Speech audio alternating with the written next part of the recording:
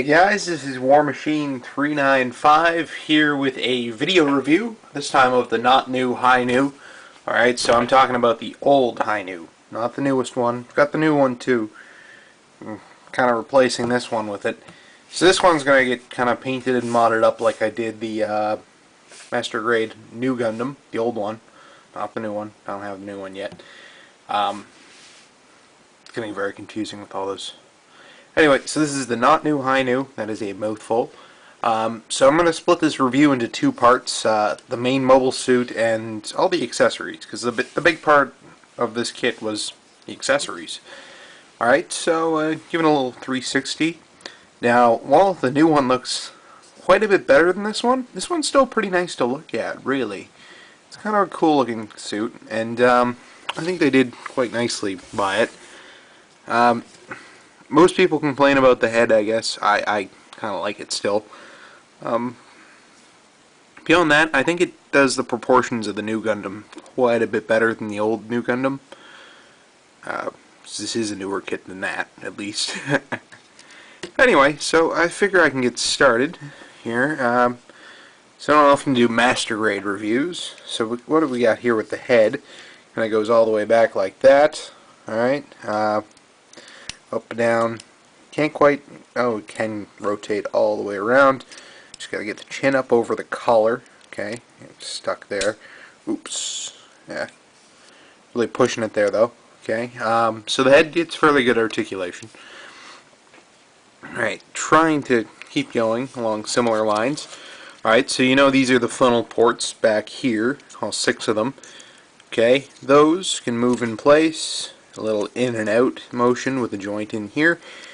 Alright, and then the binders themselves can go in and out, but no up and down. Okay, so a little rotating. So if you wanted to, like this, for example, that can work.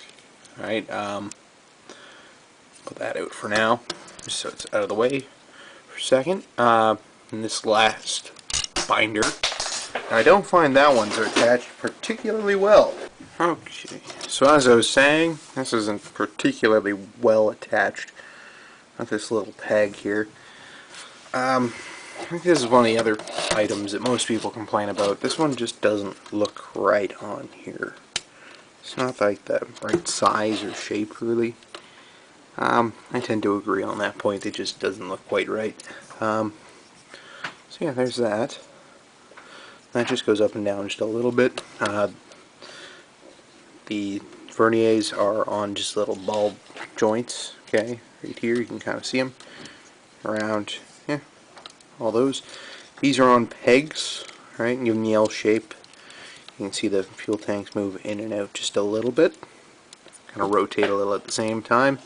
I'm going to actually remove those. These are in the way of. Come on. These are stiff. Whoops.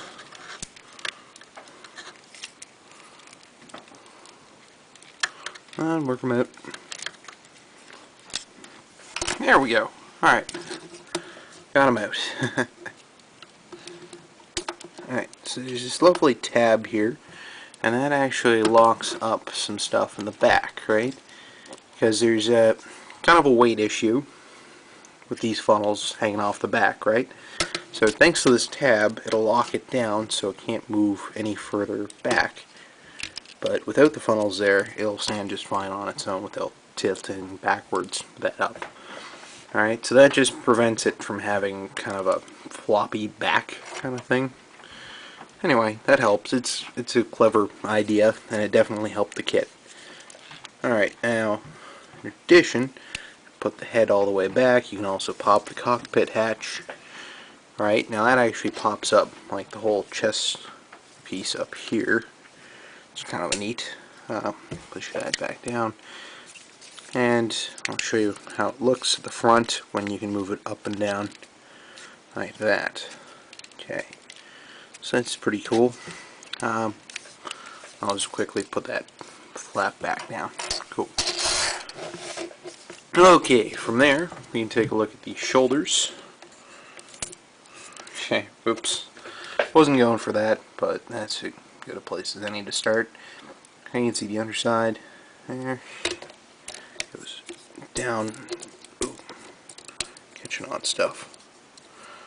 Okay.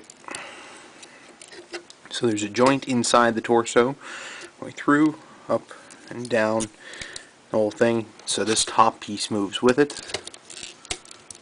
There we go. And then the arm itself has a joint here. It's hinged. You can go up and down. Get that back down in position. You can rotate underneath of that, though it actually is somewhat limited. Nope, never mind. It's making a liar out of me. So it rotates all the way around here. Double jointed at the elbow, so it can touch its own elbow if you want. From there, right, and the wrist gets pretty much nothing. It's a ball joint in there, so you can spin all the way around. And it has a joint in the palm, so we can get in and out like that. Alright, and a ball joint for the thumb, and all the rest have little tiny ball joints here, but it is a 3-finger trigger finger split. Okay, so that's pretty tiny. Alright, from there, compare the left and right arms because they're a little different. Okay, this being the left arm. Start here, give this a little pull out, and then up, alright? And that reveals a beam saber handle, alright? Whereas on the right arm, we have a Vulcan gun. You kind of see that here. Alright, and removable mag goes straight in there. Okay. Both have the 3-finger trigger finger split, and I feel like I'm missing something from back here on the binders. So these hatches flip open. Both of them do, for more beam saber handles. Okay, so 2 hatches, then the binders, beam saber handles. Close those up again. Alright. Okay, continuing on. We'll start with the back skirts. Alright, now of course the back skirts will move less with the fuel tanks in. Okay, just want to show you without because it's much simpler. Okay, so those flip up all the way like that. There is this one hole here that you can hold the rifle on there, and I believe the bazooka connect there too. Not entirely sure. I'll check that later. Alright, see, side skirts can only move a little bit out. And kind of wiggle, so out that far, and just wiggle a little bit. Go into the front skirts, and you go all the way up. Don't need to go up this high pretty much ever. Caught a little there, but other than that. Okay, I'll show you a little something here. It's kind of neat. Now this is kind of a peculiar joint here. It has this kind of a semicircle going on, where it can actually move the leg in and out just like this.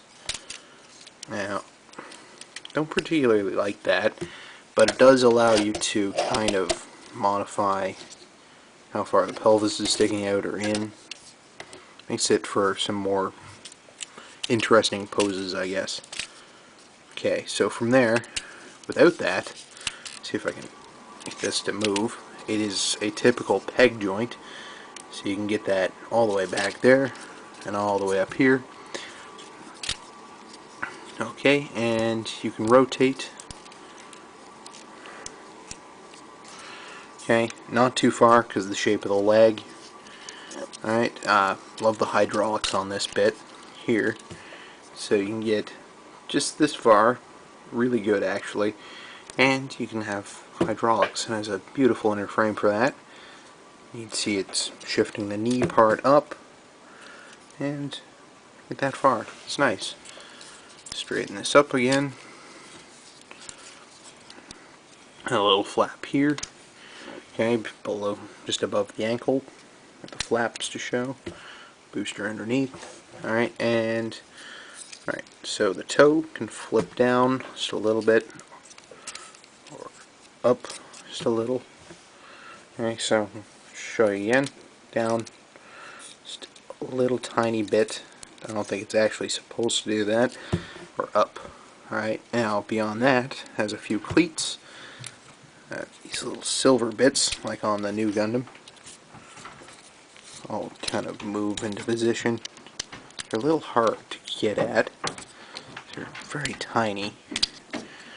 Okay, so cleats kind of deployed. Not too bad, right? So those come out. Now, I think that about covers the base unit in terms of articulation, where everything's at. Hopefully I didn't miss anything. Okay, so that is the Master Grade New Gundam. No accessories involved. Stay tuned for the next part where I go over the accessories. Thanks for watching.